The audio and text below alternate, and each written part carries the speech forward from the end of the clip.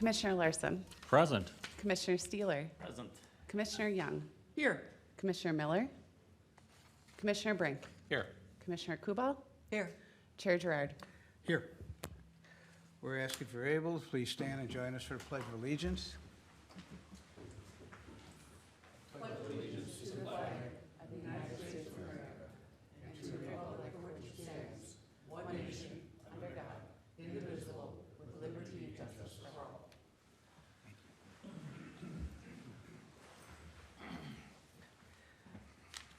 The chair is looking for a motion to approve the agenda as presented or with changes.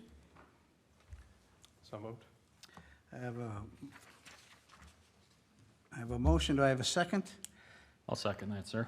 I have a motion and a second. It's a non-debatable motion. All those in favor signify by saying aye. Aye.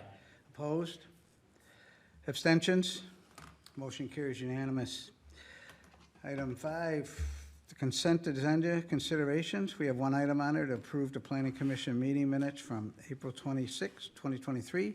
Chair is looking for a motion to approve the consent agenda. I'll make a motion. I have a motion. Do I have a second? Second. I have a motion and a second. Any discussion? Hearing none. All those in favor signify by saying aye. Aye. Opposed? Abstentions? Motion carries.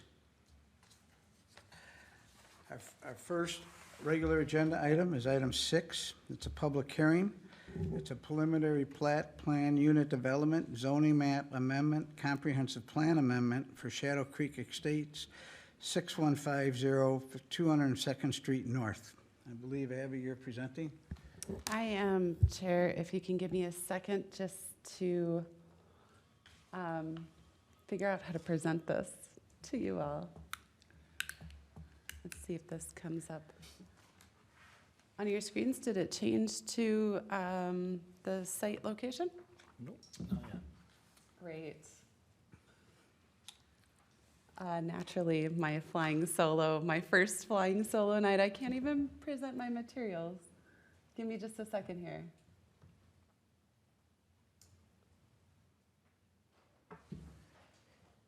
See if that one comes up. Might take a minute.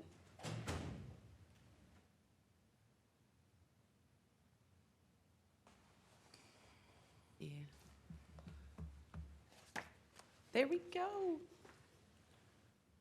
Thanks for bearing with me. Todd Christensen of Elmcrest LLC owns the subject property that we're talking about this evening. He's proposing to develop it as Shadow Creek Estates, a mixed-use development. That mixed-use development would preserve the existing farm site and stable operations, while also platting in, I think the staff report said 48, but it's 46 single-family attached units to the north. As a reminder to the commission, you have seen this development quite a few times, the first time being November of 21. The plan has changed slightly in that the western portion of the development, also owned by Elmcrest LLC, is no longer a part of the PUD. We are really just looking at that eastern parcel, and again, just for reference, I'll kind of go back up here, just that eastern parcel. When we're looking at planned unit developments, comprehensive plan amendments, subdivisions, we look to see if the proposal is consistent with the comprehensive plan. The comprehensive plan guides this property for high-density residential, and that's a residential density of 15 to 20 units per acre. The last time this development came before you, the developer had proposed in that kind of northern section, single-family residential, and some of the preliminary comments from the commission was to increase the density in this area to be more consistent with the comprehensive plan. So that is why the development plan has changed from single family now to that attached townhome or attached single family design. That being said, even though the plan guides the property for high density residential at that 15 to 20 units per acre, even in this development scenario where we are really trying to obtain some right-of-way through here, put in access to our single family, get our ponding, preserve our wetlands, leaving not a lot of excess development room. We're only sitting at about 6 to 7 units per acre, hence the comprehensive plan amendment considerations. Now, that being said, the developer does have a request before the city, which you will see soon, to split this western parcel to allow for apartments. Apartments are allowed in that zoning district. Those apartments would have a higher density. And we're looking at the possibility of shifting some of that density a little bit through there. Those are things that would forthcome before this commission. The Park Trail, the former Park Trail Lakes Commission did review this in October of 2022. The property is not guided for any parkland dedication, but does have access to Southview Park, just to the north of this parcel. Therefore, the Park Commission did recommend the city accept fee in lieu of land dedication, which could help improve Southview Park. Additionally, the developer is proposing at the city's request a trail that will extend along the property boundary and connect to that adjacent western parcel for connectivity from County Road 50 or 202nd Street is the local road name. So the park and trail plan is consistent with the comprehensive plan. So getting back to just kind of that underlying zoning, the hobby farm, as we are kind of called it in the staff report, is what we call a legal non-conforming use. The city zoning code allows for legal non-conforming uses to be maintained. They can be maintained into perpetuity. The owner is at least proposing at this time to maintain that legal non-conforming use. The land area for the legal non-conforming use, though it does appear to be reduced by the platting out of the single-family attached home design, there is a wetland that crosses through here where the operations of the stable and the farm site haven't necessarily been using that. So staff would say that the legal non-conforming area of the parcel isn't being reduced further than what has been historically used. The single-family attached up in that northern corner in 4 to 6 unit buildings is an area that it would need to be rezoned. It is currently zoned multiple family. The multiple family doesn't allow for that single-family attached home design. So the applicant does need to, as part of this, rezone the property. This would be a consideration for preliminary rezoning to one of the MXR districts, the mixed residential districts that allow for that single family attached, either that MXR 1 or 2. It is most consistent with the new MXR 1 zoning district standards. When we look at the PUD analysis, there are areas which the applicant is asking for some deviation from the city's code. A couple of those areas are front yard setbacks. So currently the lot area is being shown as 20 feet to the back of the curb. However, there is a 5-foot, I could probably zoom in a little bit and actually zoom out. There is a 5-foot,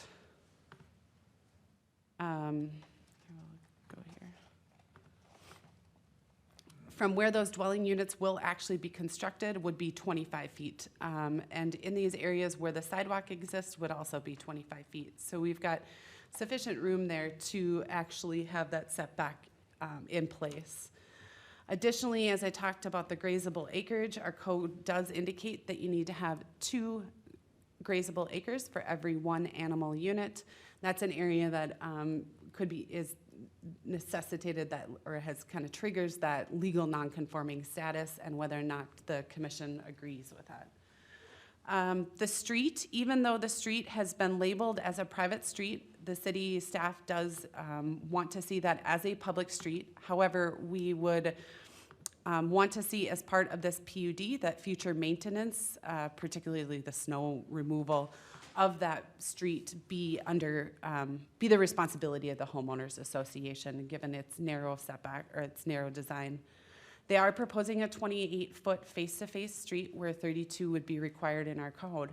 Again, because of the homeowners association's willingness to maintain the snow removal through this area, we do think that that might be a reasonable consideration. And then lastly, a fence is proposed along the northern property boundary.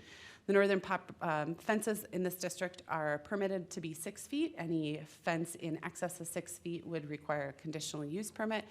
Because it's a PUD, that would be one of the deviations called out in the final plan. We talk about the development. Woodland preservation was a little tricky for staff to determine. We think that there's probably additional analysis that's needed on woodland preservation. The landscaping plan that was submitted does fall a little short of the underlying zoning district's requirements.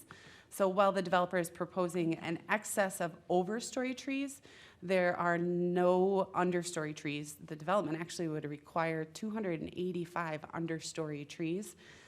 Staff does think that that is a lot, but right now we have none being proposed. So an updated landscape plan requiring some understory vegetation, it would be required. The engineering department has reviewed this. They have advised the project does need to coordinate with Rice Creek Watershed District. There was some questions about street parking and whether or not guest parking would be included. Staff has advised that given the townhomes design with the parking or with the driveways so close together, we would want to see some sort of incorporation of guest parking onto the site. That is going to affect the overall drainage plan, potentially wetland impacts. But we need the developer to explore that and see how they can get some guest parking in on this site. Trail easements would need to be obtained not only across the parcel, the block 1 there for the 46 unit, the HOA development, but also across the property for the stable site. Lastly, the engineering department had inquiries about what would be located in between the driveways because there is only a 4-foot separation. And if those are going to be landscaped or with grass, that they would need to be irrigated as well. So we don't have that information right now. As part of this consideration, tonight is a public hearing. In advance of the public hearing, a neighborhood meeting was held a week or so ago. I don't remember the date, and hopefully it was in my staff report. There was a neighborhood, there were neighbors in attendance. A handful of neighbors did come out.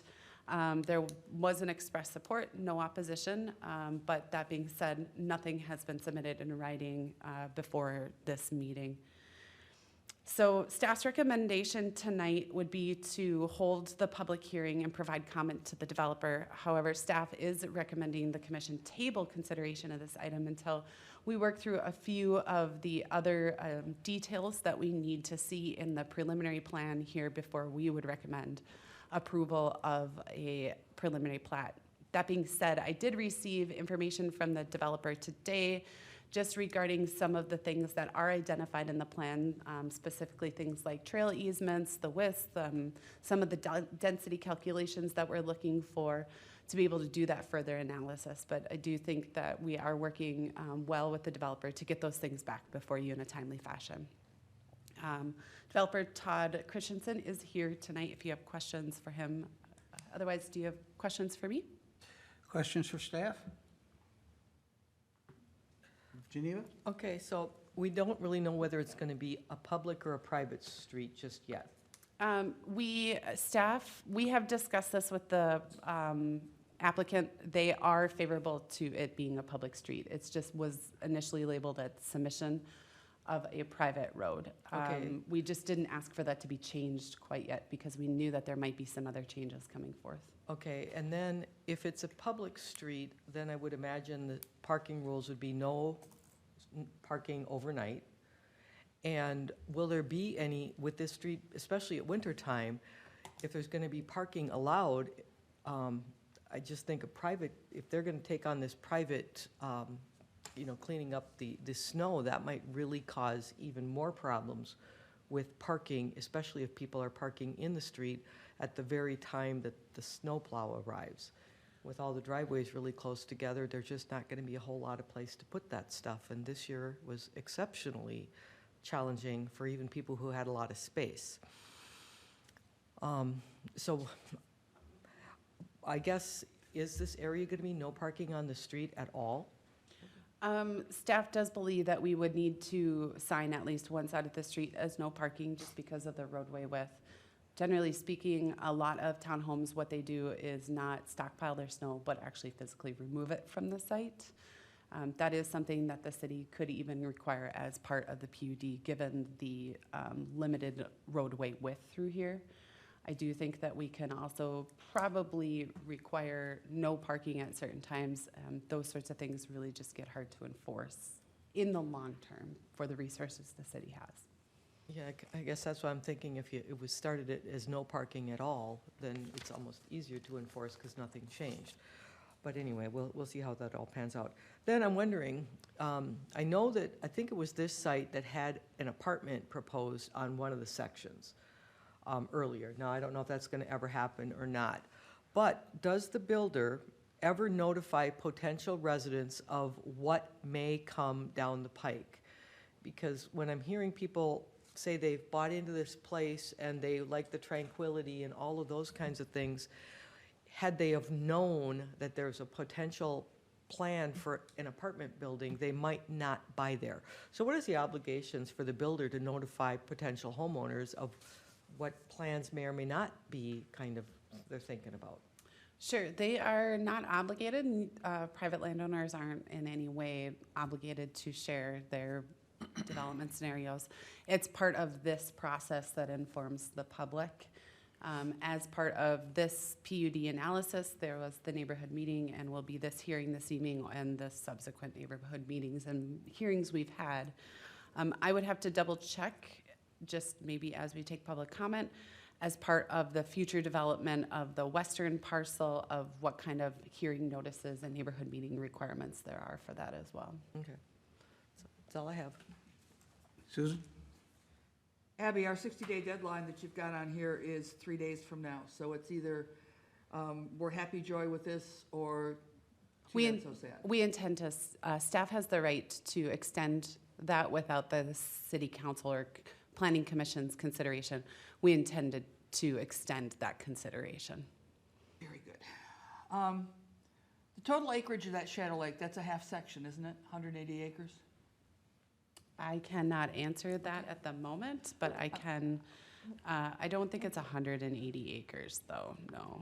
Where I'm going with this is, We're at 28 acres for the entire site, for the entire Sounds right. eastern half. Yeah, So that is for consideration tonight. I think Okay. it's 40 total or something.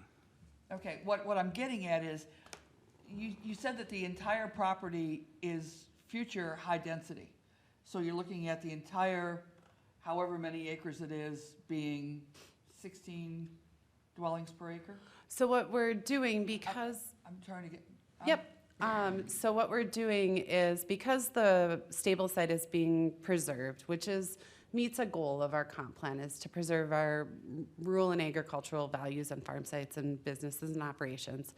We are excluding that development area out of the 28 acres, as well as any wetlands, roadways, those things we're permitted to take out. And then we're just looking at the net developable area acreage of this site, and that's where we're getting to the 6 to 7 units per acre. When we're looking at the future density of the farm site, we will look at that at the next generation of what that site is. So the theory being, this generation, this plan is we're preserving this farm site. If the plan changes in next year, 5 years, 10 years, we'll have to reevaluate that based on the comp plan's guidance at that time. I'm a little bit confused on the evaluation under table 1. It says that they're looking for 20 feet to the back of the curb is shown from the building pad area, but the actual setback from the building to the back of the curb will be 25 feet. So is the building pad, what's the other 5 feet? Sure. So it does vary, just so you know. Here we're showing on the south side where we don't have a sidewalk, 20 feet from the building pad area. But then the actual buildable area is being denoted with this dotted line. And that dotted line shows that extra 5 feet. So in this location, north of the sidewalk, we would have 25 feet from the edge of the sidewalk to the actual building itself, whereas 20 feet would be the building,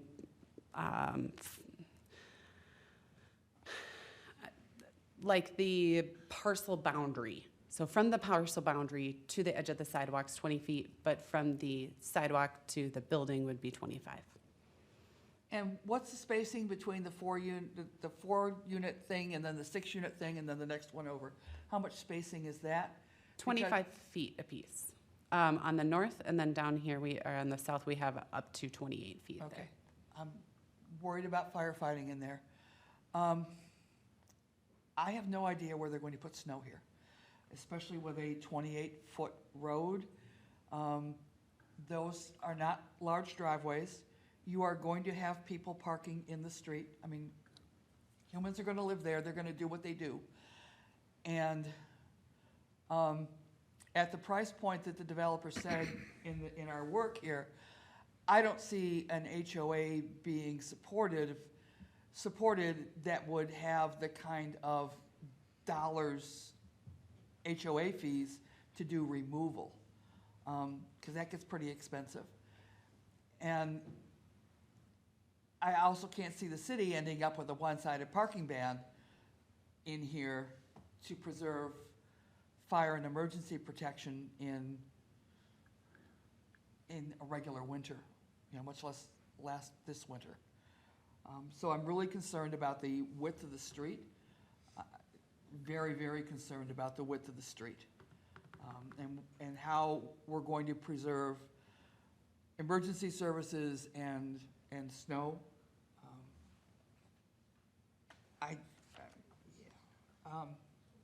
That really bothers me.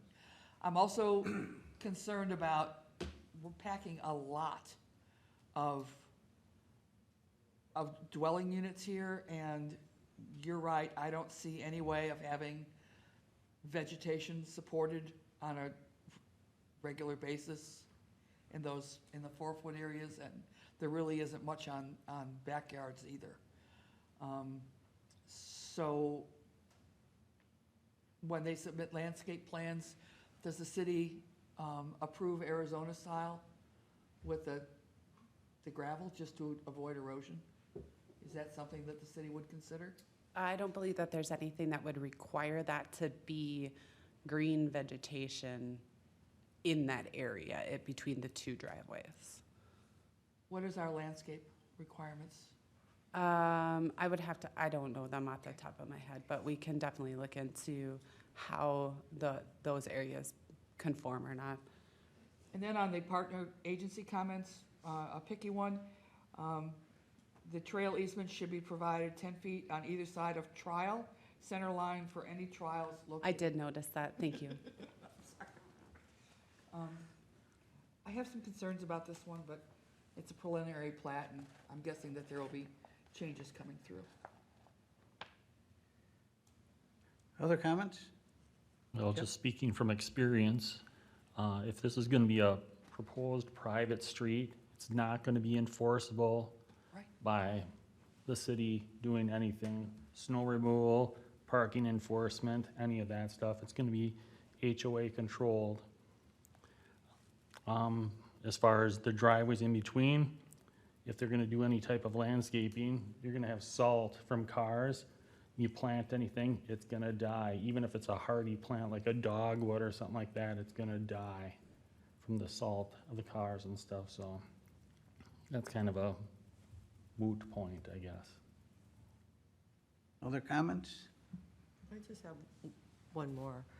Does the city get a copy of what the proposed governing documents are going to be, so we have an idea of what commitments they're making to the residents and what they propose those costs are going to be? So that, do we ever get that? We generally will get HOA documents, but we're reviewing them for things like discrimination. We're not looking at them for content, nor do we have the ability to govern what's in those covenants. It would be up to the city to look at conditions of approval within our planning, PUD approval, and then subsequent development agreements to ensure that if there was requirements that we wanted to see. Okay, so if we're worried about snow removal and those kinds of things, and it can get really costly, if that isn't built into those governing documents, then we already don't have what we might need to ensure that the residents know going in, this is gonna be the HOA's responsibility, and they haven't set aside enough money to get that done. Whatever it is, landscaping, snow removal, any of that stuff. Right, that would be built into the city's approval documents, and would then be. if those things weren't upheld, the HOA would be held in violation of the approvals. But if we don't know if they're in there to start with, I don't know necessarily that they need to be in their covenants. It would be our approval to the developer, and it would bind against the land in perpetuity. okay. Abby, what's the reason for this 28-foot wide street? It looks like we can do 32. Abby, it's 30 feet, not 28. It's 30 back to back, and public streets are 32, so we're only 2 feet off. It's 30 back to back. Right, it's 30, 28 face to face. right, 30 back to back, And a public 28, street's 32 back to I back. see that. right. So it's a 2-foot 2 feet difference. I do have it on the screen right there. We do show 30 feet back to back. I guess I didn't note when I had said 28, it's face to face is the driving lane. Part of it is to be able to get the density in here. This commission directed the developer to try to increase density, and this is a way that that is being proposed. The widening of the road possibly could occur. However, it's going to be encroaching further, closer. I guess encroaching might not be the best word. It's going to get closer to those adjacent properties to the north. 2 feet. Yes. Yes. To me, it doesn't make any sense to allow anything but a standard street. We got enough issues with this development, with snow and everything else. And I assume you'll be working with them on guest parking of some type? We will be working as part of this before we, ideally, we'd like to have something still at the time of preliminary plan and plat that shows where we can accommodate guest parking on site. And then you see this being either MXR2 or 3? I think it was 1 or 2. 3 doesn't allow for the attached single family, if I remember right. But I think it's the MXR 1 or 2. MXR1 requires a split between single family and attached. Oh, that is right. So it'll be a 2. So it'll be a spot zone, in a sense? It would end up becoming an isolated zoning district, and it would end up probably guiding that future development to the south a little bit differently too. Okay, thank you. Susan? Now I'm really confused. On your table 1, you've got your street width as our required standard is 32 feet face to face. And the requested deviation by the developer is 28 feet face to face. So, That is correct. It's 34 back-to-back is our standard, 32 face-to-face. okay. I'm still looking at a face-to-face width in that street. Of 28 28 feet. feet. That is correct. That's rather challenging. Other questions for staff? Hearing none, I know the developer's here. Do you wish to add anything to the conversation? We ask you to come up, state your name and address for the record, please. Todd Christensen, 6051 202nd. No, I think Abby did a pretty good job presenting. We've been working with the staff pretty closely on some issues, and we agreed to table tonight, but we wanted to hold the public hearing and just hear comments from you people and, make some changes in the plans, and we'll be back in a couple of weeks. If you hold on a second, do you have questions for the applicant? Thank you. Thank you. This is a public hearing. What we ask, if you wish to speak to this application, please come up to the lectern, state your name and address for the record. I believe there's also a sheet of paper to write your name and address for the record. Spend a couple minutes giving us your thoughts on this application. Once everyone has been heard, we will close the public hearing and we'll bring it back for further discussion and a motion from the commission. So with that, we will open the public hearing at 7:30 PM. Does anyone wish to speak to this application?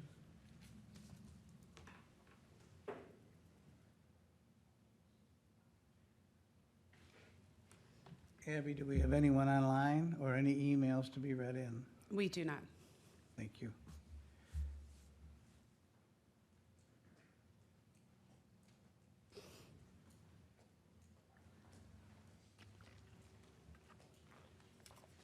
Name's Darla Taylor, and I'm at 20540 Georgia Avenue North.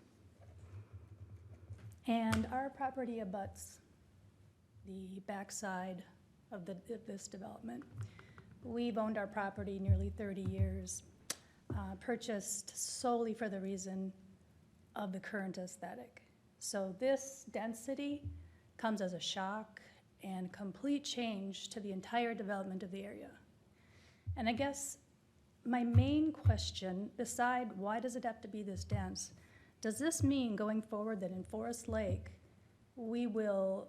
any developer comes in, be pushed to have this maximum density, where it doesn't even kind of make sense that, from my yard looking out, I can't even imagine this many units. And as you've said, the squashiness of the road, where will the snow go? I have daughters who have rented townhomes, and notoriously they are slow to plow. So we will have all these people with a very, very difficult way of accessing their homes or leaving their homes. But mainly, why does it need to be this dense when first we were proposed single-family homes behind us? And it seems more workable, it seems more doable, it keeps with the aesthetic of the area. That's my concern. And it just changes the entire feel of all the developments around us is kind of my thought. Thank you. Does anyone else wish to address this application? I'm sorry. I just think it's really important for everybody to understand that this is zone 15 to 20 units an acre. We first came in at single family, now we're at townhouses. The option to fit the zoning and the comprehensive plan is an apartment. So in my focus on planning, it's a transition from, it's not all up here, but when you're coming off the highway, we have maybe an apartments on the highway, we move into a little less dense, and then as we move north, we move into single family. So I think it's the right transition, and we've been working towards that end with the staff, but I do think it's important that we recognize that this is a 15 to 20 unit an acre property. And the only way to get that is an apartment. 3 stories, 4 stories high. So that's all I got to say. Does anyone else wish to speak to this application? Seeing no one come forward, we will close the public hearing at 7:34 PM. Commissioners, comments, discussion? Abby, I think there's not a really good understanding of the MXR and the increased density rules that the city put together in the last year or so. Is that something that you want to give the nickel tour of, or should we refer our commenter to someplace else in city files? This property has nothing necessarily to do with the MXR 1 zoning district. The city's development pattern is guided by our comprehensive plan. Our comprehensive plan has a future land use map. That future land use map guides every single property within the city towards some future development. This property is guided for high-density residential, which is 15 to 20 units per acre. The overall guiding density, when you add up all the land area for the city, and you take all the low residential and all the higher density residential, you smash it all together, we as a suburban emerging community in the metropolitan region are required to have an average density in the community. And forgive me, I think it's, we'll just say 6. I think it's 6 to 8. It's 3 to 6. I don't exactly remember. In order for us to achieve that density, that's how we kind of guide our land. Why it is this property backed up to single-family residential is one we guided for high density. I can't tell you. I wasn't here at that time. But I think I would agree with the landowner that, you know, initially this came in with single-family for that consistency with the neighborhood directly to the north, and it just had a really low density. It had about 3 units per acre. It's a really far off from the 15 to 20. Getting at 6 to 7, maybe it'll come in a little bit higher if we're kind of factoring in potentially apartment buildings on the west. That helps kind of try to balance out that density through the entire city. This housing style, even though it might not be as desirable next to single family, does provide that transition, I think, from single family to the extremely high density that is being called for on the rest of the parcel. I don't know if that's the nickel tour you're looking for, but long story short, we're a part of the metropolitan region. We are an urban community, and we have to develop in an urban fashion as a whole. Our future land use map in the comprehensive plan guides us in the ways for us to achieve those overall densities within the community. Thank you for that explanation. And we've got another fairly large apartment building on our agenda tonight, too. Next up. Other comments? Questions? Hearing none, the chair is looking for a motion. I will remind everyone in the commission that the staff and the applicant have asked us to table this. Mr. Chair, I would make a motion to table. I have a motion. Do I have a second? Second.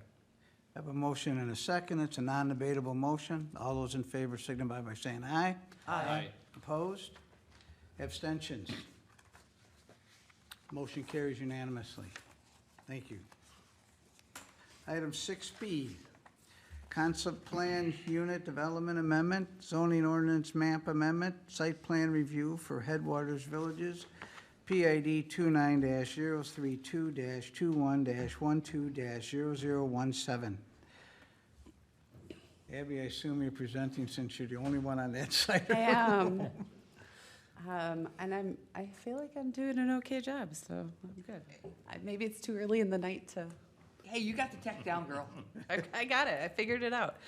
Len Pratt of Fenway Investments Inc. owns the property that's highlighted on there. It's an unaddressed parcel located in the middle of the Headwaters Village development. He is proposing or asking for city feedback on a proposal for an 82-unit apartment building. And tonight, your role is to just review the concept plan and provide feedback to the developer. So when we're looking at concept plans, what we're looking to see is if it's consistent with the comp plan, the zoning code, if there's any sort of glaring violations of our regulations. The comp plan guides this property for mixed use, and that mixed use is identified as retail, office, service, and multifamily residential at a density of 10 to 15 units per acre, so slightly less than our high-density residential developments. Overall, allowing for multifamily here is consistent with the comprehensive plan, but they are proposing a greater density than what would be that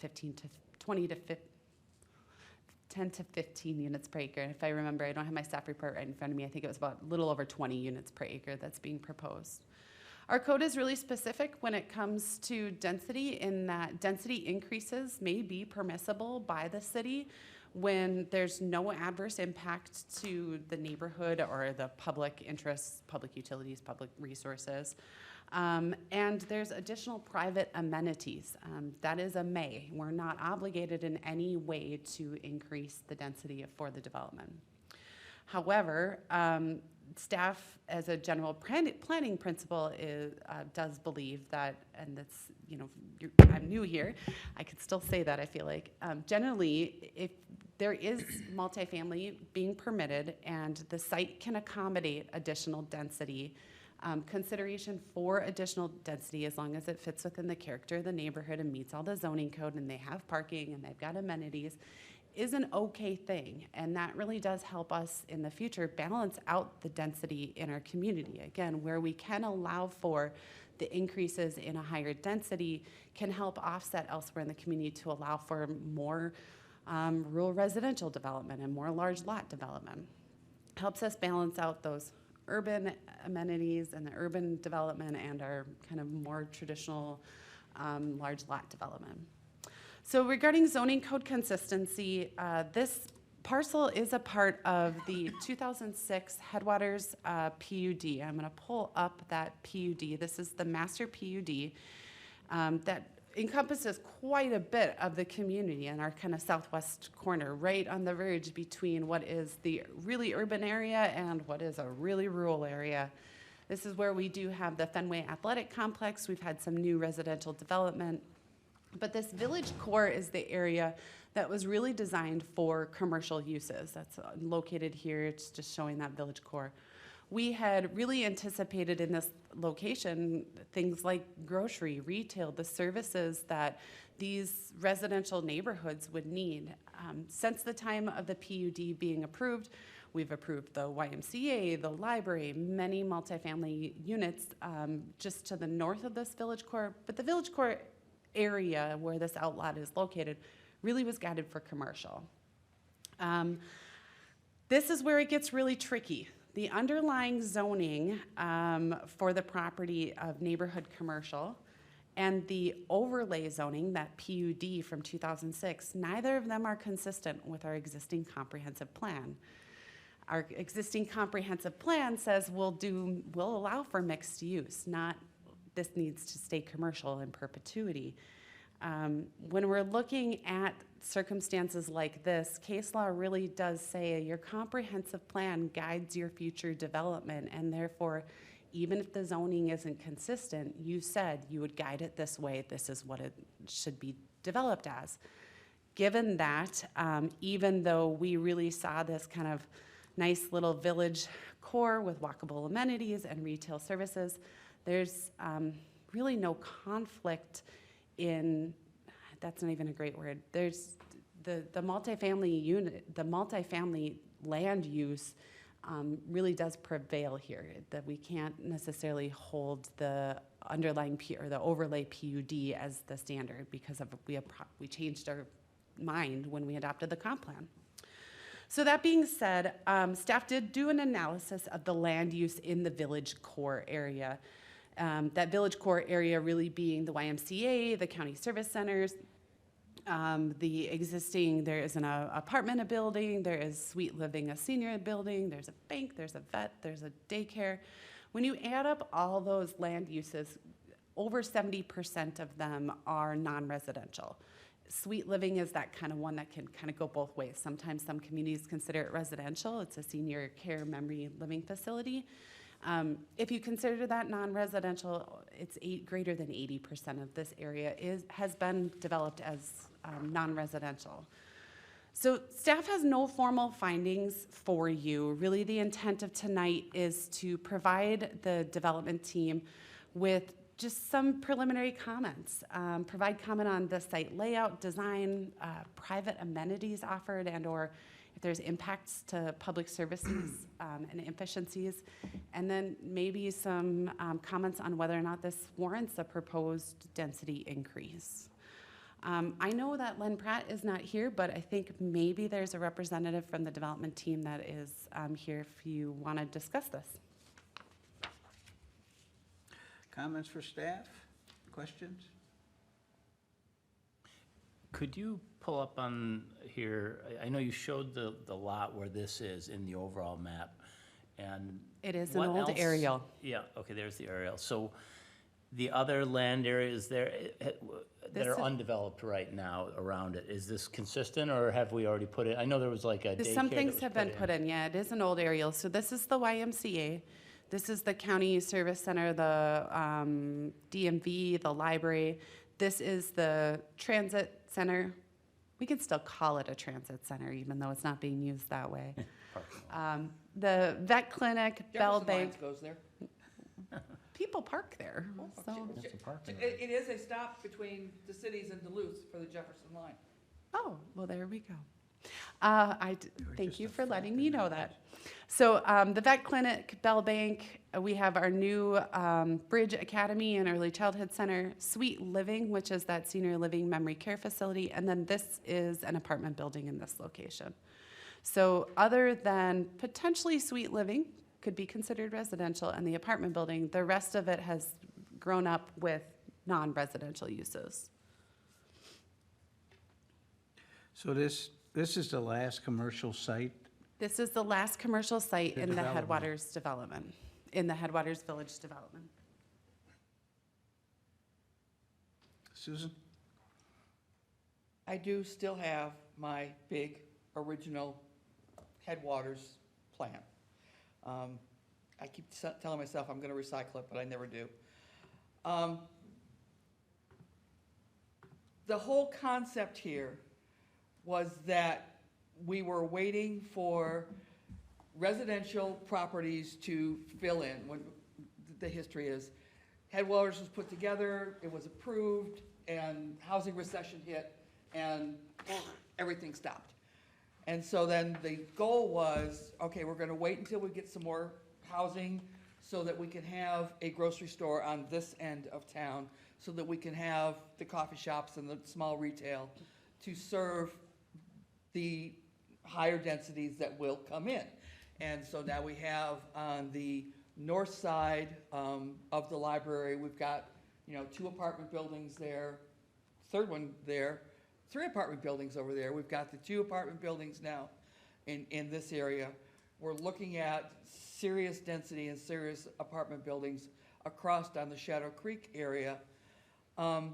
There are no retail amenities. And what we've said is that we want these apartment buildings with not very much parking, because we want people to be able to live there and do their stuff there. And quite frankly, you can't get to a grocery or a clinic or a Stop and Rob or anything else unless you got a car if you're living in this area. And that was why when we did the whole master plan and Mr. Pratt brought that forward, we made sure that there was space there for the services that folks that we hoped would live there would have. I grant that a lot of the promises of that development have not been kept. Headwaters Parkway is a great example when you take a look at the trees and the way that that was supposed to be landscaped and maintained through the project. That hasn't happened. But I'm really concerned about more and more very high-density development that we're encouraging folks to have no cars or one car for a multi-bedroom apartment facility. And really, we're not then providing the access to the services that we're saying you reduce parking spaces and increase density, so that you'll have local things and you don't have to drive, and you don't need 2 or 3 cars per family. So I'm concerned. I was also around when we did the comp plan, and we asked, is this area, that planned development of the Headwaters, will that be retained? And that is still the underlying, that is still the guiding, and we were told yes. Which is true. The underlying zoning is neighborhood commercial. The future land use, the guiding is mixed use. And that's where that's where that change happened. And so it's We were told true. That was not going to happen. Right, it's true, it still allows for the retail, the service, the other things that we really would like to see there. It's just where we designated a lot of things mixed use, we're really seeing that market pushed towards the residential. And unfortunately, the way that it got into the comp plan and into our zoning code is our mixed-use districts require a minimum of 50% residential. And so I can't attest to how all of that happened. I just know what we have, and I do think it is worth us revisiting soon. Don? When I look at these density requirements that were, pushed to meet per the metropolitan area, and to be able to put a high density here in this location, to me, seems like a good spot to put it. And if that helps us in the big picture and long run by having a higher density in this area, this seems like, to me, like a logical place to have a high density in the area. Now, I know you don't have a lot of retail in this area, but the way things go these days, you go to the mall, there's not a lot of people at the mall anymore. There's a lot of Amazon trucks running around. So I think things are different and have changed. Yeah, I'd love to see a grocery or something on this edge of town, but I don't know that that's a big enough lot to put something like that in there. So I think that's a good location to put a high density with close proximity to the YMCA and the library, and if we ever get transit, I think it's a good location. And what I'm looking at in that plan, and my understanding, there's not only all the parking that we're seeing there, but there's underground parking underneath all the units, right? That is correct. They're not asking for any waiver in the per unit parking requirements. I would have to do an assessment on the guest parking. We just aren't to that level of detail right now, but yes, this would be proposed to have underground parking.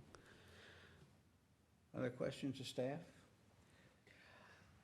I really don't think that staff or developers are going to be saying, okay, we've got a lot of high density here, so now we can chill out. I think that it's still going to be required, but as long as we are okay with going ahead and saying, yes, we're putting a lot of high density here, but we're not gonna have provision for services or the things that all those residents are gonna need.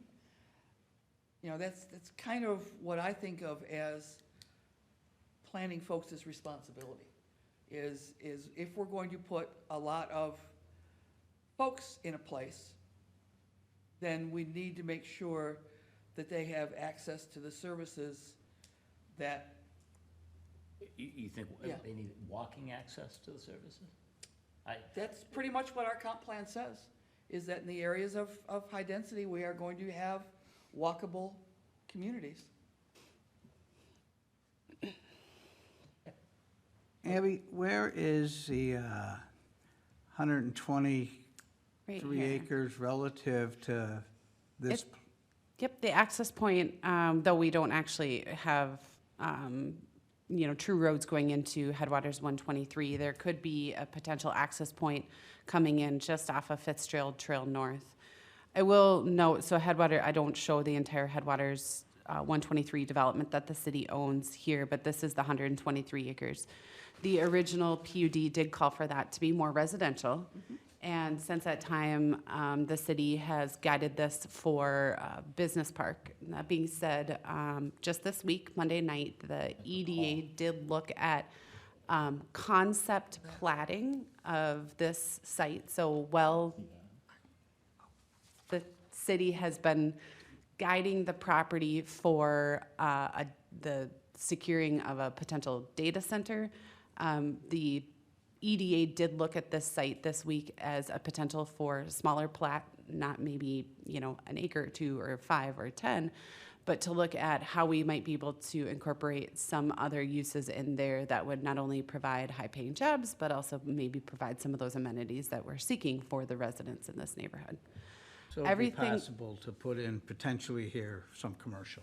There might be, there might be. amenities for the residents in the area. That is true. We have talked with our broker about opening up that market to allow for other services in that area. That, yeah. Yes.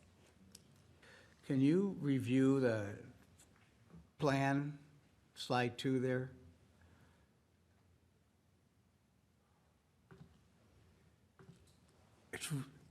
I couldn't really read this. It was a very poor quality concept plan.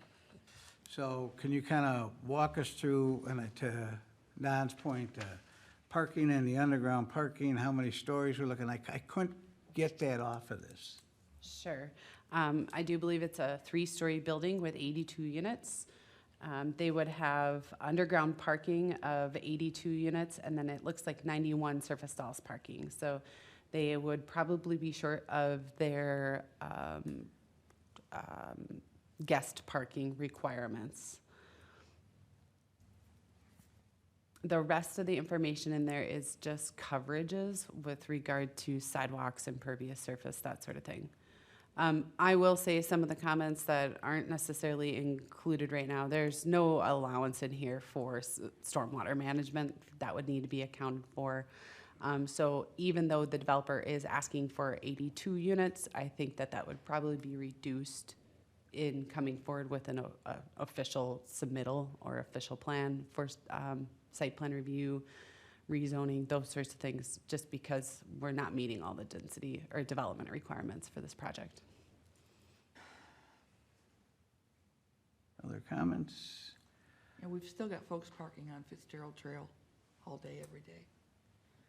I don't want to add to that burden, but this is just a really preliminary, and we can talk about parking later. It is very preliminary. I mean, the reason staff encouraged the developer to come forward now was the idea that this is being proposed as residential. We understood the intent of the Headwaters PUD, the village core, the neighborhood commercial zoning district. If there was extreme opposition to multifamily here, we believe the developer needed to know that before they put too much more effort into this plan. I believe the developer or representative is here. We ask you to come up. You want to spend a couple minutes giving us your thoughts? We ask you to state your name and address for the record, please. My name is Chuck Youngquist. Len apologized he can't be here. He had previous commitment, so he asked me if I could come.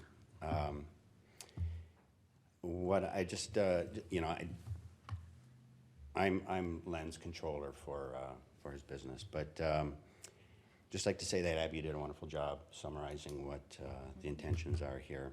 But one thing I wanted to touch on is that it does fit the character of the neighborhood with the other apartment buildings and the density requirements. And with that, this property's been for sale for a long time, and there isn't any retail people wanting to put anything there. So we're not that far from 61, not that far from getting up to Cub Foods. So those are just a couple of comments I wanted to make. Any questions? And we have, in the last 2 years, had a very large number of new dwelling units in there. I grant that I'm old and out of shape, but I'm still not sure I would want to walk to either Cub Foods or Festival. There's other means of transportation too. Yeah. This is probably, if we're going to be pushing significant new apartment buildings, this is probably a place to put it. It's just, I am concerned as we're putting significant more density in the area, making sure that we realize that there are not services for those dwelling units. What issues or what concerns does Len have regarding this development as he's looking for input from the Planning Commission on? He just mentioned that what Abby summarized here in her write-up was his intentions, you know, that they, again, It fits in the neighborhood. I don't think he has any other concerns. And yes, more work has to be done as far as drainage and all that stuff, but, you know, it's early. Just out of curiosity, and like I say, I can't really tell a lot of stuff here. Is there a area for kids to play? There is, excuse me, Chuck. Yeah, no, you're There right. is, and it is located to the backside of the building. There is a patio and a playground located adjacent to Headwaters Parkway. Thank you.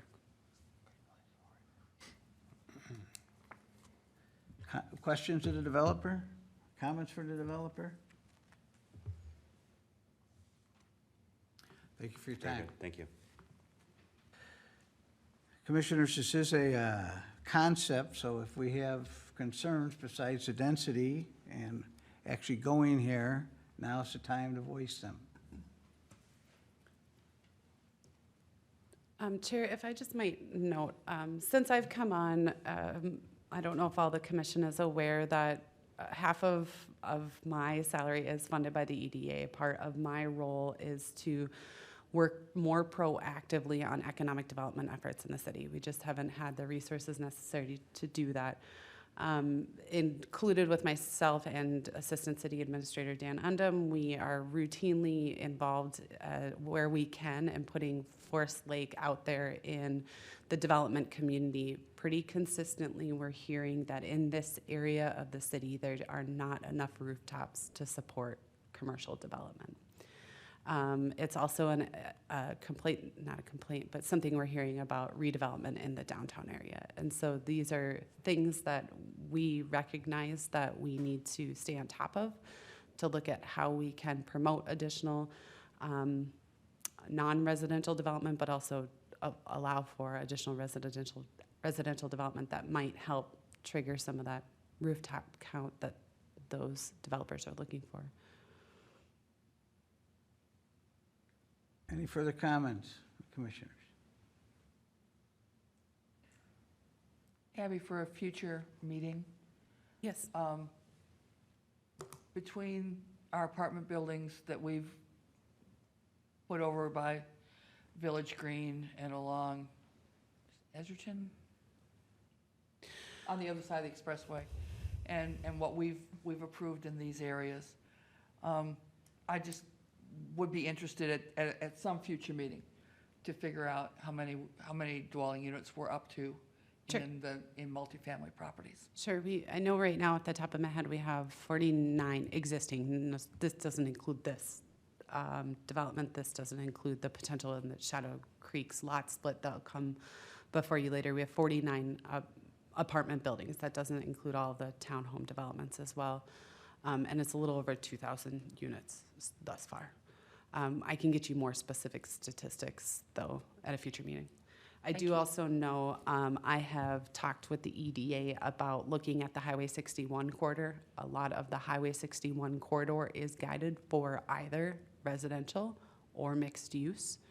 And what kind of analysis we can do before our next comp plan round, because again, we're only 3 years into our comp plan, what we might be able to do between now and our next comp plan round to really look at, are we guiding our land uses most appropriately when we're really seeing a lot of that mixed use heading for multifamily residential? Now, that's not to say that multifamily residential is bad, right? It offsets that large lot rural character that we really want to preserve, especially east of 61. But how can we really encourage more non-residential development as well to help offset some of these developments? So that is something that is on my to-do list for sure. But I certainly will bring back some more statistics for you on multifamily housing. Thank you. Any last comments? Hearing none, we'll close item 6B. We'll move to item 6C.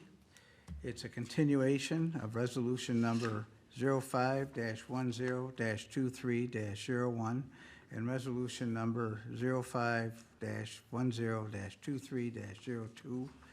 9860 and 10066, 180th Street North, Northern Natural Gas Floodplain Conditional Use Permit. Abby? Thank you, Chair. So as the commission may remember, and if you don't, I understand, we've got a lot going on, but you should remember at your last meeting, you held a public hearing and closed a public hearing for a conditional use permit for Northern Natural Gas. The use permit was for utilities in the floodplain via horizontal directional drilling that would occur under a water body located within the city's limits. And this is kind of going, this is the area that the conditional use permit really applies. As a reminder to the commission that natural gas line, which they'll drill underneath this water body, will connect to a valving station located at the intersection of July Avenue and 180th Street North. While the drilling in the floodplain and the utilities in the floodplain require a conditional use permit, the valving station does not. However, during our analysis, we did determine there is a 7-foot fence proposed, which would also require a conditional use permit. So direction was provided to the applicant and staff at the last meeting to explore additional screening options of the valve station that would be located near that intersection of July Avenue and 180th Street North. Since that time, it's been determined that the 7-foot fence, as it's proposed, wasn't designed to screen the valve setting. It's really designed just to help protect that area. The valve setting is 10 feet tall, and it will not be completely screened by the fence. Additionally, we recommended slats to be installed on the 7-foot tall fence to reduce the visibility of the valve setting from public view. However, 7-foot tall fence with slats would be in violation of the city code because of the clear corner. The proximity of this improvement, especially that fencing area around the valve station, really starts to get to a point where it's hard to see around, could be hard to see around if we had those slats in the fencing. Additional landscaping around the valve setting would also could impede on that clear corner, the right-of-way. And then also it has been determined there is a multiple entrance fox den in the area that could possibly be affected. So given all this, the applicant has explored these options for additional screening, but as a requirement, or just as a reminder, the valve setting itself, even though we'd like to see that additionally screened, doesn't require city review and approval. We really don't have any authority to require additional screening of this improvement in the area. Therefore, staff would recommend the council move to approve. There's 2 resolutions in your packet tonight, one for the CUP for the pipeline in the overlay district, and then another one for that 7-foot tall fence in the agricultural district. I just want to note for the record that on the dais tonight before you was a letter that was submitted just before the meeting from concerned citizens within the neighborhood. It's up to you, I suppose, Commissioner or Chair, if you'd like me to read that into the record. But I do know that the applicant is here if you have any additional questions for him. Otherwise, does the commission have any questions for me? Questions of staff? I think we'll take a minute. I don't think we need to read this, but aloud, but I can read it. Abby, if Yes. we don't read it aloud, is it still a part of the record? It is. It's submitted as part of it. It'll be held in this meeting's packet, and then we will put it in that case file record in perpetuity. Abby, I realize that you got this today.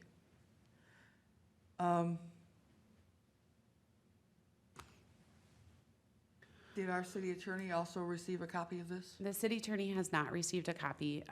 We have vetted this one out with our city attorney pretty specifically. We have very limited authority when it comes to the valve setting outside of the floodplain because our zoning code doesn't require that component to have any sort of use permitting or review. And when there is no use permitting or review, our ability to put conditions on it goes away. So staff is really looking at that fencing as an option for public safety. We appreciate the applicant's willingness to put that in. Again, that's also not a requirement. They could request just to, they could option just to remove that. So from a staff standpoint, this is a really hard one. This is a facility that's regulated by the Federal Energy Regulatory Commission. Local government has very limited control in these circumstances. If we approve this and FERC has other determinations,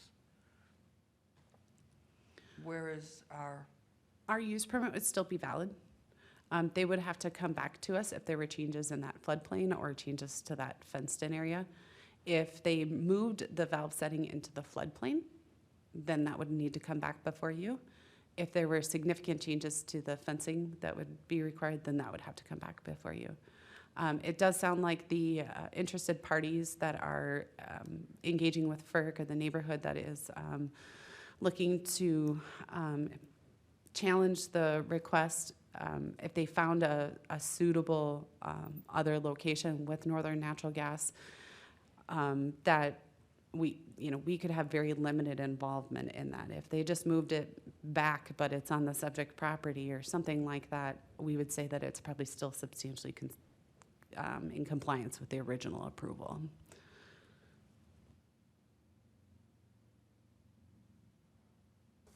Other questions of staff? I have one. Geneva? If we don't approve the resolutions, can they still move forward with the properties because it's governed by someone else? No, because our local zoning code does require a conditional use permit to put the utility in the floodplain. Now, that being said, they could move forward with an underlying property owner and secure an alternative route, and alternative easements outside of the floodplain wouldn't require our approval, but I do believe that even 180th Street's in the floodplain, so it would probably need to still come back before us. one last, we have a 60-day ruling on this, don't we? We do. I do believe we've still got a couple more weeks, so we are keeping an eye on that. And for folks in attendance, could you just explain what we mean by the 60-day rulings? Sure. As per Minnesota state law, the city has 60 days to review a land use application. You want a fence, you want a directional bore in a floodplain. By state law, we have 60 days to review that application. And if we don't review it and take action within 60 days, it's automatically approved. We do have the right to extend that 160 days for another additional 60 days as per the state law.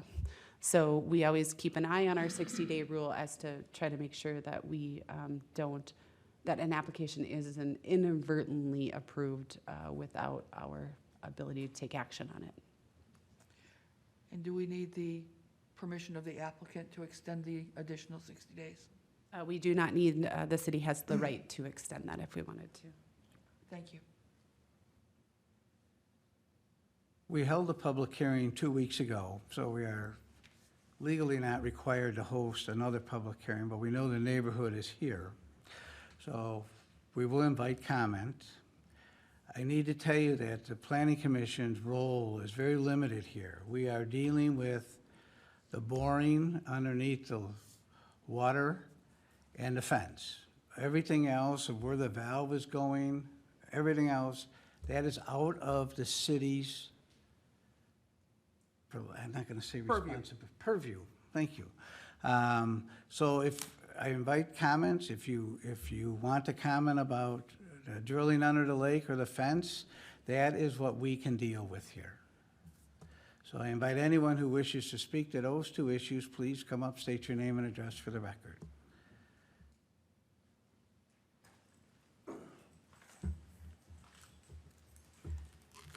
My name is Adam Jelfs, resident of 18150 July Ave North. I just really short comment that you can't control the valve location, but you can decide upon the drilling through the wetland. And it's been said that in and of itself can control whether that valve station goes there or not. So whether you guys say you can't, decide upon that valve location, you can via the underwater drilling. So I just want to put that out there.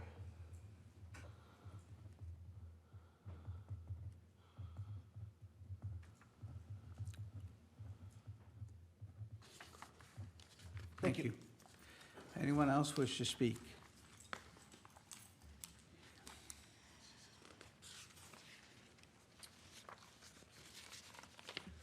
Hello, I'm Emily Jels. I also live at the address of 18150 July Ave North. My concern with the drill going through the water is the potential aftermath and/or effects of a misdrill or a mishap. It has happened. You can Google it, stuff will pop up. I have lost a major food source. I lost a form of like work. For example, there was the Line 2 up north, also near a property that I have on tribal land. They took a lot of water. They tried to go around it. They tried to do whatever they could to do this Line 2.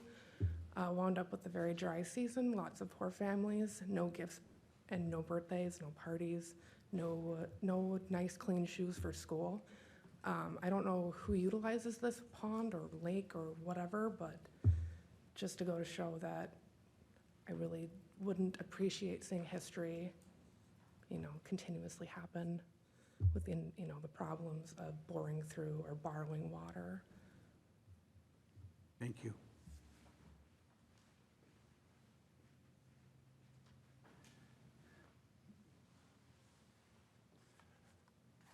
Bruce Bain, 10151 180th Street.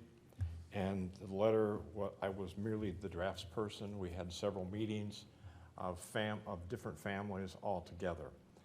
I tend to object to the statement that it's agricultural. These are all single-family residential homes. We are a very tight group of people in the neighborhood I'm on the Yugo side, it's right on the other side of the road. The purpose of what we are attempting to do is in submitting to the Federal Energy Regulatory Commission to have become an intervention is to get the whole file. You haven't seen it. We get it. We can look at, was there a second site? How does it go? And perhaps there is another one. My background starting off was in geophysics. Then I went into sales. That was much more fun. So thank you for reading what we proposed. We're hoping what we want is not to block the whole entire idea that natural methane gas needs to flow down there. What we want to do is see what the choices were and what the choices are for this area, because we all feel it's very dangerous. Somebody said you can't put plants there. Sure, because they had to put a barrier to protect it from being hit by a car. So we want the opportunity. We are all your citizens. I'm on the Yugo side, but forgive that. And we want to have a hearing. When I say us speaking, several of us didn't even know about the valving station, know any of the project until April 6th. So if you look at what we were able to accomplish between April 6th and now, it's significant. I've had 3 conversations with the Federal Energy Regulatory Commission, FERC, and I'm hopeful that they're going to respond, but they may respond and say no. If they do, then I would have to submit this and say, well, it's not there. We need the time. And the decision in advance of the time seems to me that you have the remainder of 60 days plus the potential of another 60 days that I will use very resourcefully in the time in my communications with the Federal Energy Regulatory Commission. Being retired, I have the time to do it. Thank you very much. Thank you. Does anyone else wish to speak?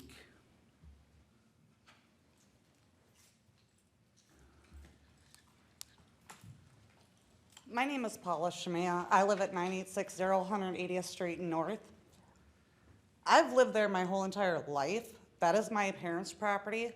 None of these guys in my neighborhood had either bothered to come and talk to me or my parents about it. The valve station is going at the end of my property. We're all in agreement to it. We're the ones that own that property. We don't want the slatted fence. I plow that driveway. My dad is paralyzed from the middle of his chest down. I take care of that whole entire property for my father. I plow it. If you put a slatted fence around it, you're gonna block my vision of oncoming traffic going north and south of July. There's a stop sign there. 50% of the people run that stop sign. If you guys have been out there, you guys know it. You see it. Nobody pays attention. I do. I've called the cops numerous times. I'm in and out of that property. We're okay with the drilling of that lake. That lake is ours. They came to propose it. My dad addressed his concerns on that whole entire thing. They went with the DNR, the EPA, whoever they had to talk to about the Fox Den. They've made agreeances with our concerns because it's our property. We're all in agreement. We're okay with it. Neighbors want to complain. It's our property, not theirs. We've lived there my whole entire life. I'm 41 years old. My parents bought it, 75. So we're in agreement. Thank you.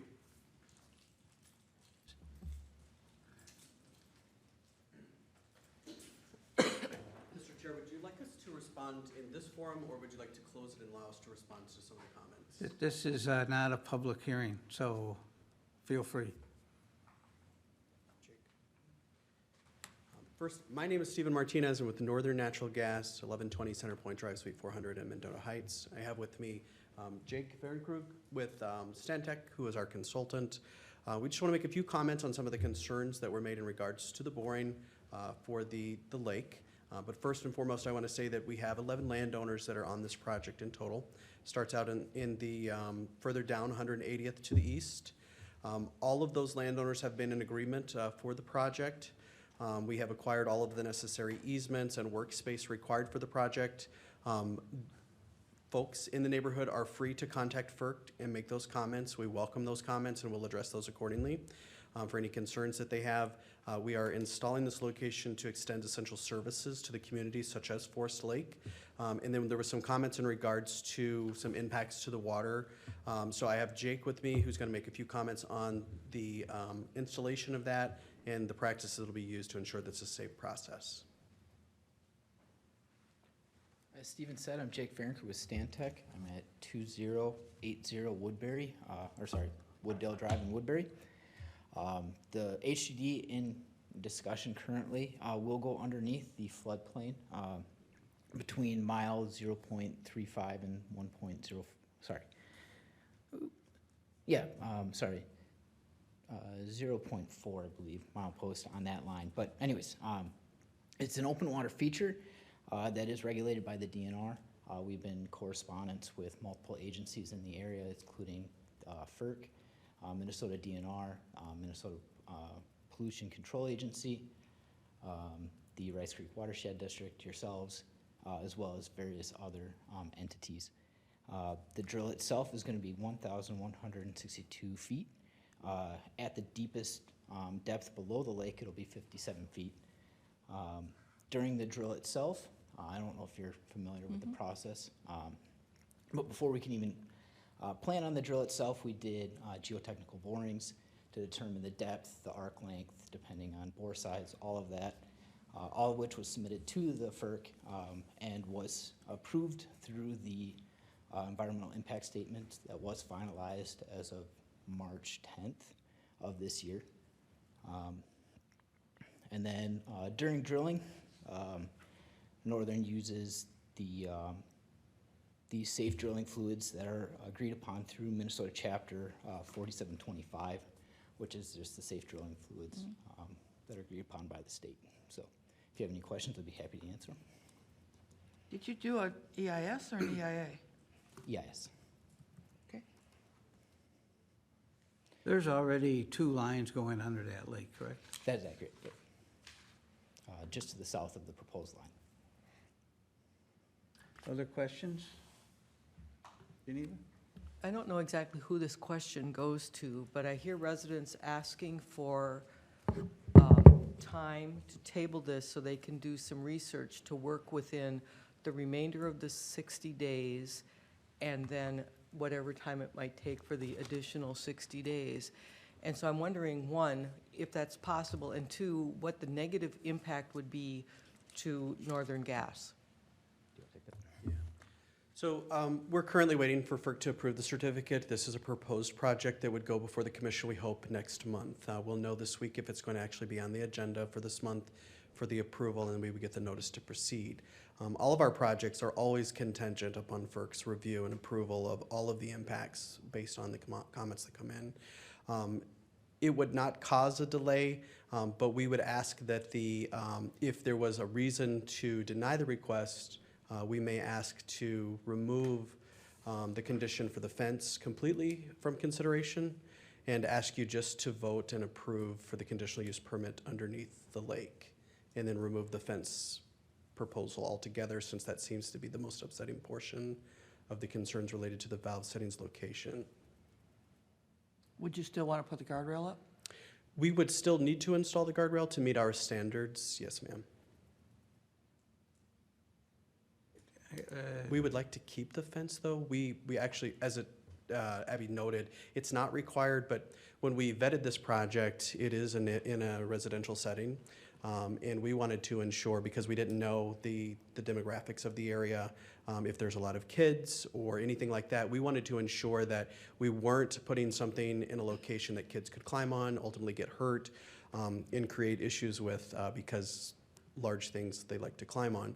So my department, which is the right-of-way department, proposed our engineering department that we needed a fence. And so we advocated to place the fence for security. One, because it's a remote area in the evenings, there's not a lot of traffic out there.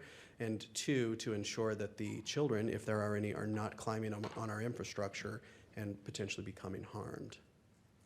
Well, you're requesting, or the CUP is for a 7-foot fence, 6-foot fence you can just put up.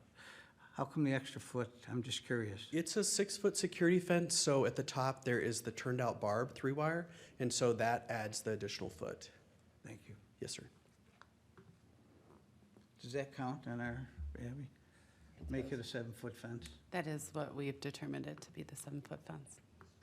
No, but the barbed wire makes it a 7-foot fence. That is what we, yes, that's why we've indicated that. Thank you. Mr. Chair, we could modify and remove the barbed setting if the commission would be more comfortable with that. It's in our standards that we do that. This location doesn't necessarily need a security fence because it is just a valve that will be locked. So if it's something that is of concern and that would remove it, we could definitely reduce it just to a standard topped fence, just 6 foot in height. And then they wouldn't need a CUP then, correct? That is correct, it would not need a CUP. If you did that. Yes, sir, understood. Other questions? I have a follow-up to her statement about the request.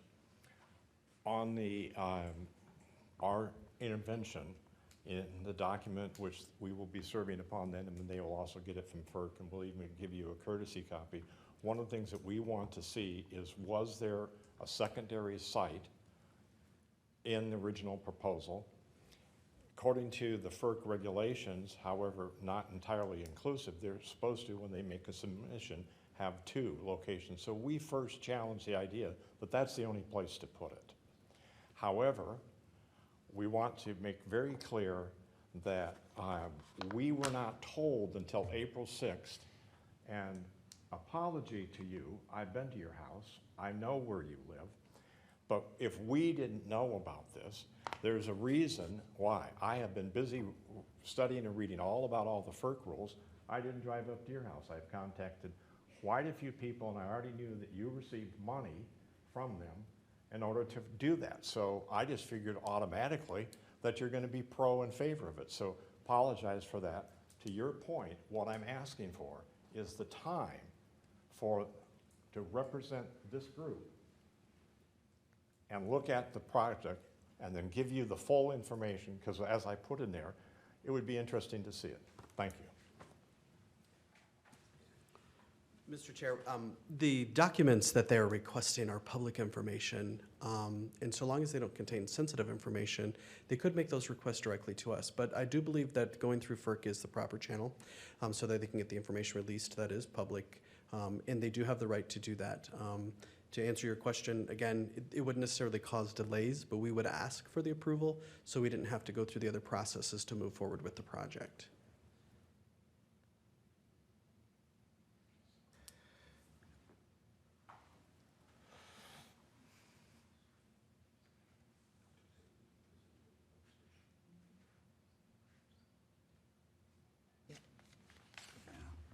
Abby,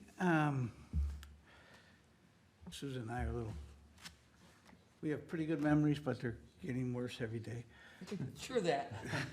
True that. So the reason that this even came out, they have to come here, was due to a CUP to do the horizontal boring, and that was late breaking news for the city that we had to do that, correct?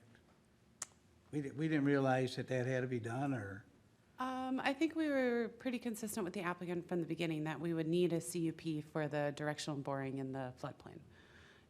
It's the fence around the valving station that's kind of triggering that late, like, yes, we need a use permit for this. If the fence went away, we wouldn't need or it went to 6 foot, or, 5 foot with the security barbed wire, that wouldn't need a use permit.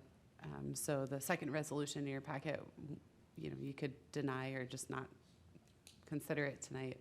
But we always knew about the use permit for the utilities in the floodplain. I was confused there. Thank you That's for okay. clarifying that. It's a hard one to kind of know where our boundary, really is. Could I just, Chair, do you mind, could I ask just one question of the applicant? The floor is yours. Thank you.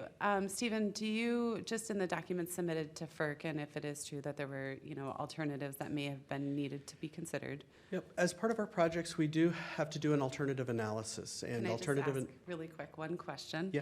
Would the alternative analysis still included the directional boring in the floodplain? It would have. Thank you. So regardless. Regardless of the future processes going forward, we would still need to be considering a use permit in the floodplain. Doesn't matter where that utility spits out and the valve station that we don't have control of, that we would have still needed to act on we will still need to act on a use permit no matter what that future, it won't. Our action tonight isn't going to necessarily affect any future actions of the neighborhood in FERC, because our action tonight isn't related to the valve station, it's related to the boring in the floodplain, the utility in the floodplain.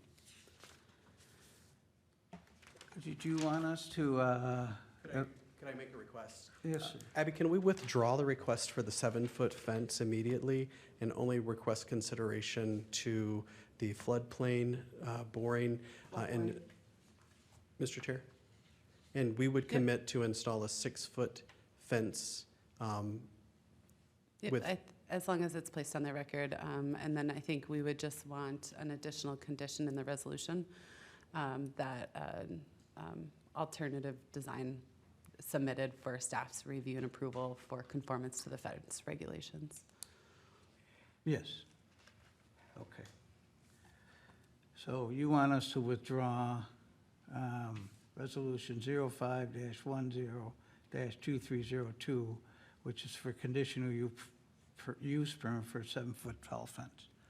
Mr. Chair, that's correct. Okay, and then as per Abby, we would add that condition to your other CUP that, because you have to conform to the fencing requirements of the city, and it's got to be on the lot and that kind of stuff. So Absolutely. Chair, It if would- I might just say that it would then just be a motion to move to adopt PC Resolution 5-10-23-01, approving blah, blah, blah, with an additional condition that any fencing shall conform to the zoning code.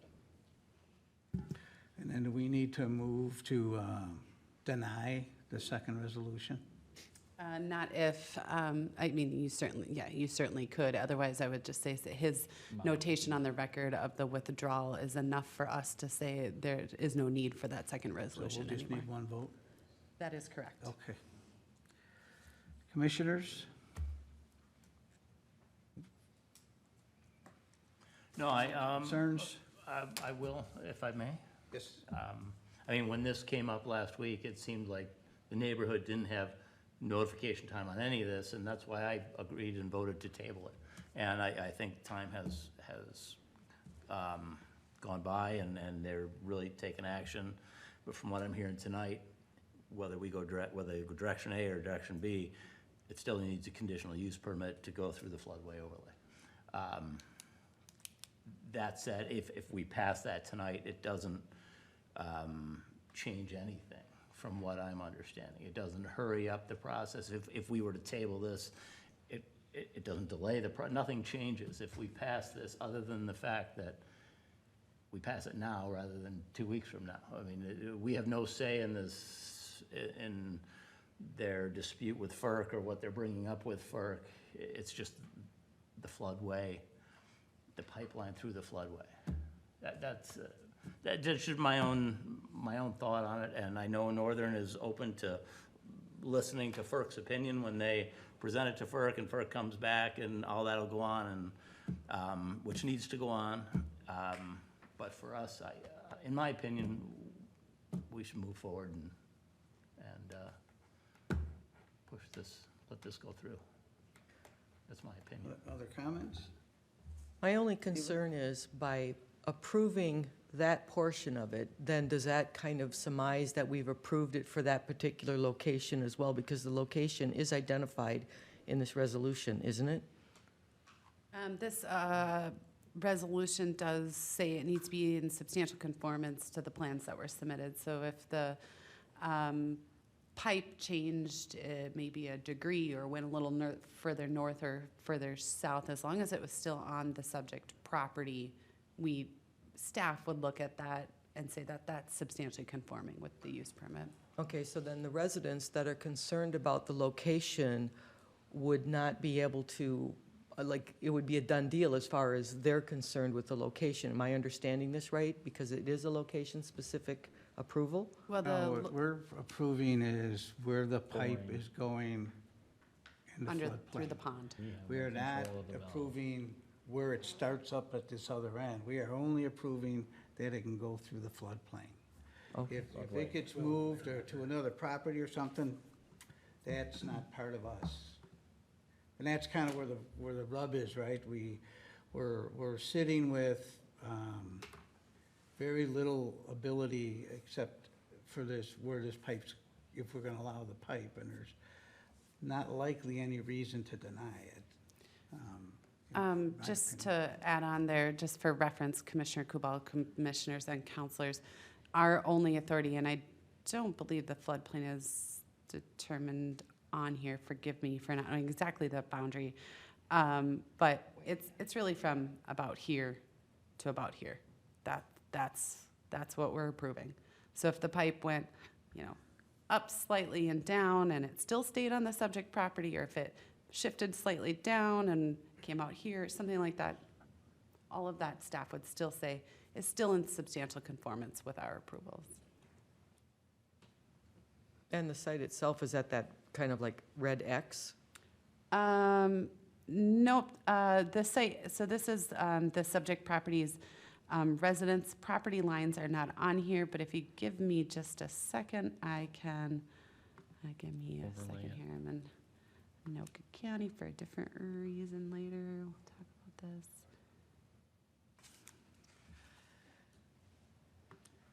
Takes me a minute, and I know I'm not in the right area. Close. So that's the subject property. So as long as let's just say the FERC challenge or whatever it may be had realigned the pipe through the pond, and that pipe through the pond ends up, coming slightly south, then, and maybe other pursuances to the pipe end up here. It's not about what ends up here, it's about just what goes through that pipe on the pond on both of these two properties. Does that make sense, Commissioner Kubal? Okay. Chair, one of the challenges here is that landowners do have rights to do things on their property. And if somebody else in the neighborhood decided to put a backyard slaughterhouse for, commercial.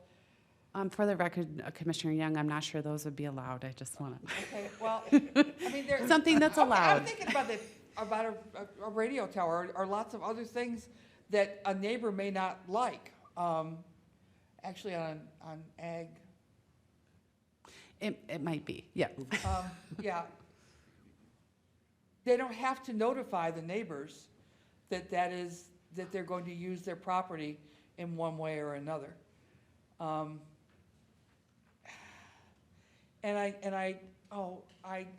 understand concerns, and you didn't realize that that a neighbor was going to use their property one way or another. And I do understand that, but there are underlying property rights on ways to use or lease or subdivide your property. And I grant that is challenging. I truly do.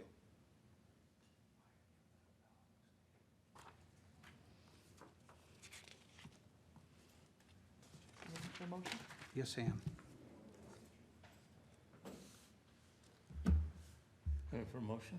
I will move to adopt PC Resolution 05102301, approving the conditional use permit for construction of a natural gas pipeline in the flood overlay district, subject to the findings and conditions proposed by staff, with the condition that the fencing conform to our current code. I have a motion. Do I have a second? I would second that, Chairman. I have a motion and a second. Do we have any discussion on the motion? Any discussion? Hearing none, we'll call a question. All those in favor signify by saying aye. Aye. Opposed? Abstentions? Abstain. I'm more concerned about potential legal action, so I'm just going to abstain on this one. So the motion passes with 5 yeses and 1 abstention. What this means is that the Planning Commission is, for lack of a better term, the final stop for a CUP. So it's now granted. However, if you disagree with the decision we made, you have 1 week to, and Abby's got her card here, to make an appeal. I don't know what the cost of that is on a CUP, but there is a charge that goes with it.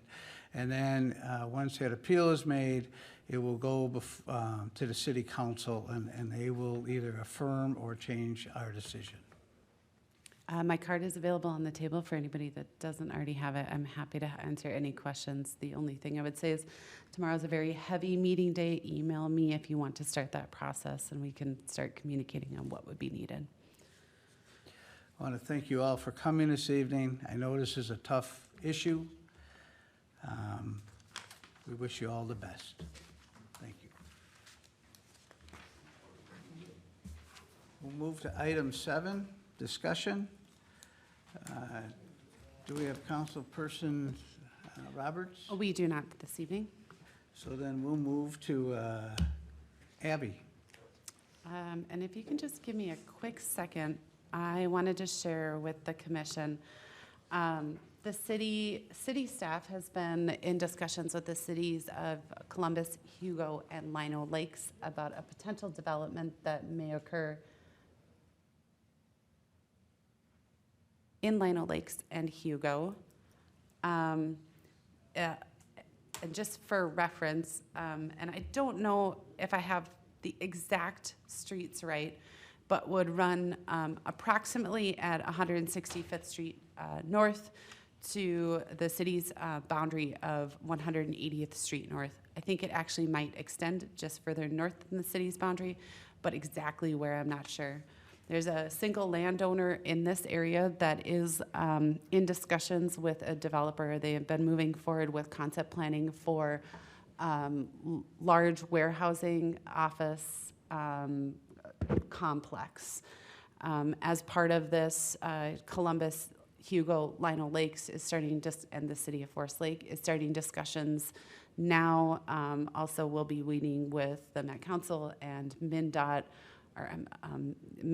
both of the counties, in just regards to transportation, utility, infrastructure improvements that are going to be needed in this area to help support the development within Columbus and Lino Lakes, in between the interstate and the county line.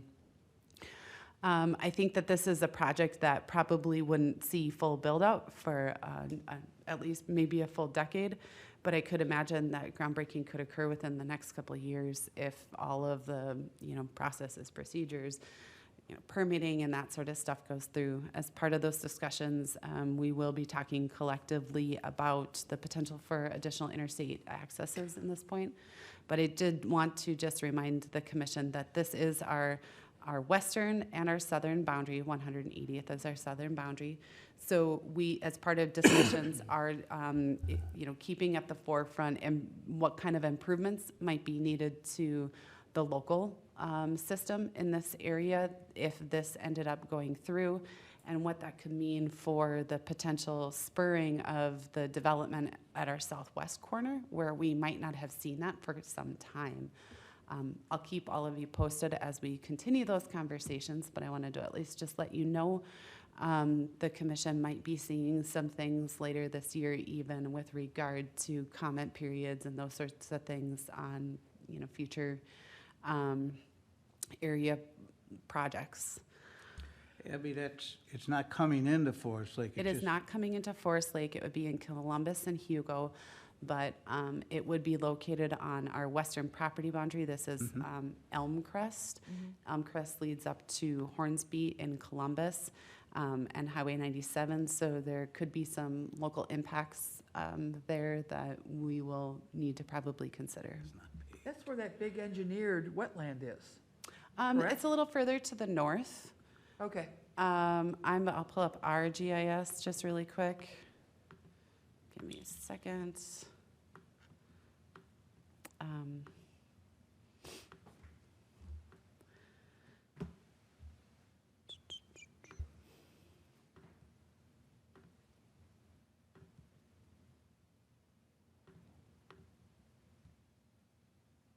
You won't be able to see the entire wetland area that you're referencing there, Yeah. Commissioner.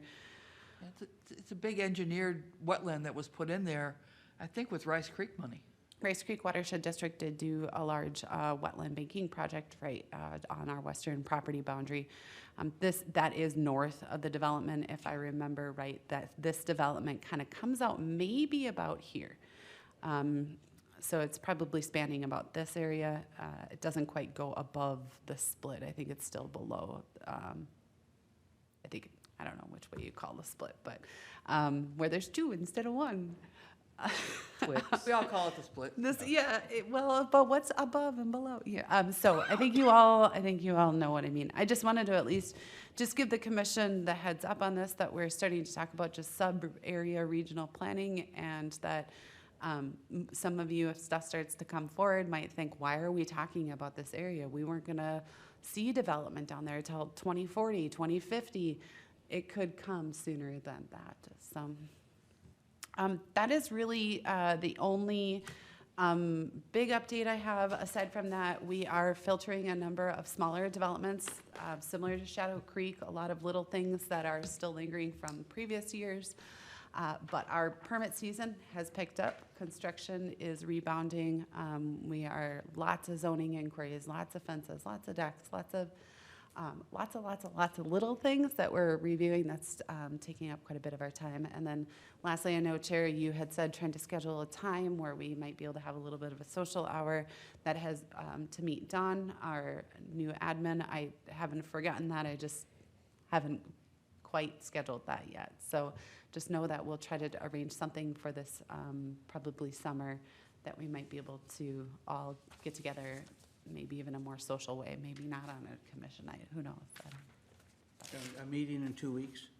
We do have a meeting in 2 weeks. I do believe that Shadow Creek will be back before for you. I hope that we will be there with that development.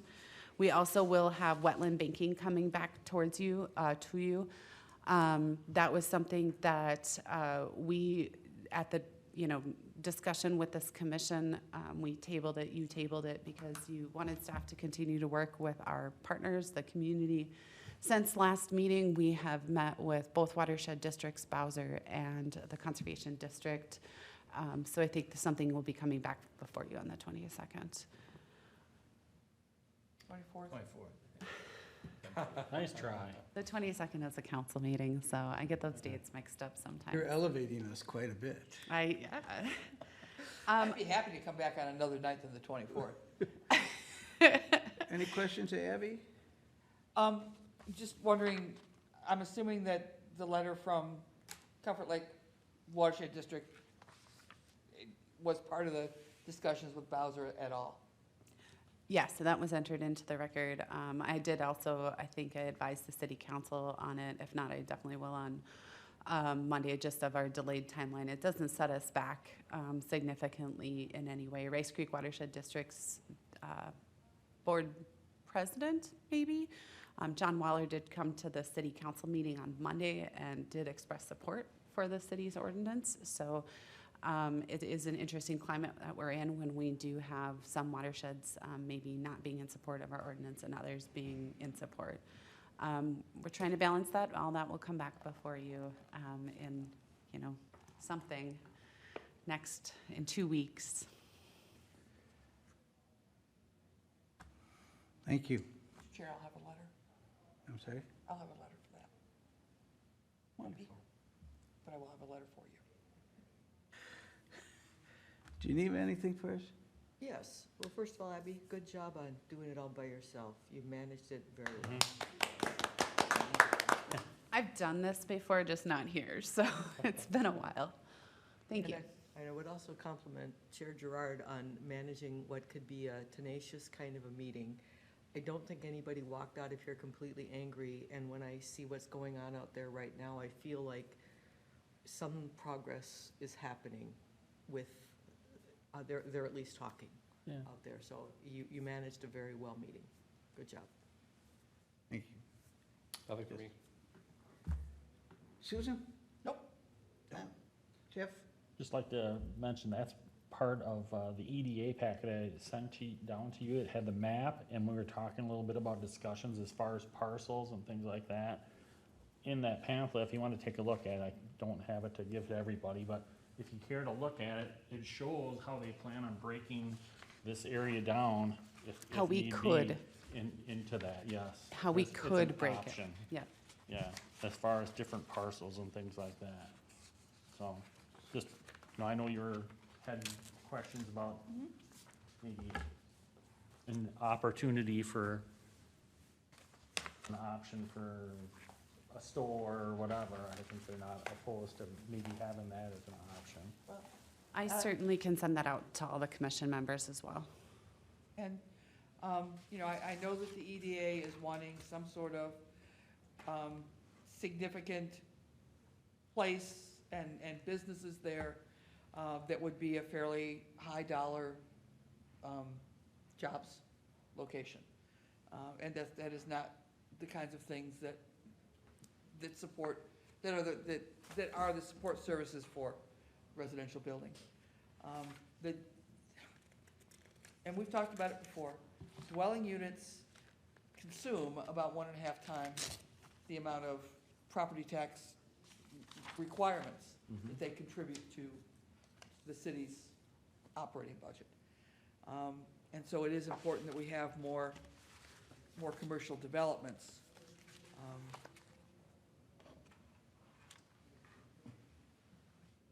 It's just, I get a lot of letters because of my history here with folks saying, there aren't any services really on the eastern side of the city. Yeah, correct. And yes, I grant that there are methods of transportation, but one of the things that we've talked about is trying to design areas that are more walkable, that are bikeable. And if we're doing that, then we have to have the complete package. Totally understand. I don't think they're focused on, it has to be a large employer impacted area. Like this, I forget what the term they were trying to use for that, those. Kind of an acre, sometimes. Well, their draw, what type of business was that? He was asking. A data thing. center. So something like that, maybe only employ maybe 8 people. just to maintain that. So that's not a large employer type thing versus if you had something like your Amazon substation or a UPS focal point or something like that. I think the thought is that this data center spawns other businesses to be right there with whatever the data center needs. Is my understanding Yeah. of. Data centers need clean energy. You know, they need the security.